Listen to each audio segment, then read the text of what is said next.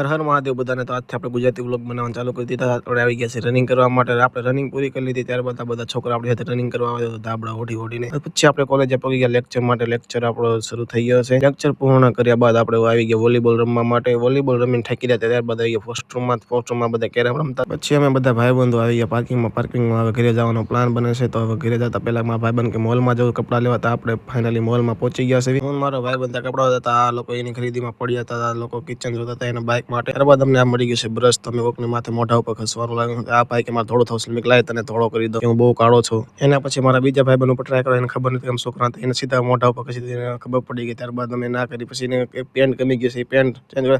આ ભાઈને આ પેન્ટ ગમી ગયું છે, આ ભાઈ કે મારે આ પેન્ટ લેવું જોઈએ. તો એ ભાઈ ગીચામાં નાખવા માંડ્યો. તો મેં એને ના પાડે કે રહેવા દે, મોલ વાળો માર. પછી ભાઈ ટી શર્ટ માટે જોવા લાગ્યા. તો એ ભાઈ કે મારે ટી શર્ટ લેવું છે. મેં કીધું અહીંયા તારું ટી શર્ટ બતો, તારું માપનું. આ ભાઈ કે મસ્ત તમારી ઉપર ટી શર્ટ લાગે છે. આ ભાઈ જો શર્માય છે, મસ્ત લાગે ટી શર્ટ. અમે અમારી ખરીદી પૂર્ણ કર્યા બાદ અમે આવી ગયા લિફ્ટમાં. તો બધા દેખો લિફ્ટમાં પણ સરખા નથી રહેતા. દેખો આ મસ્તી સાયન્સ પર ચાલુ કરી દીધી.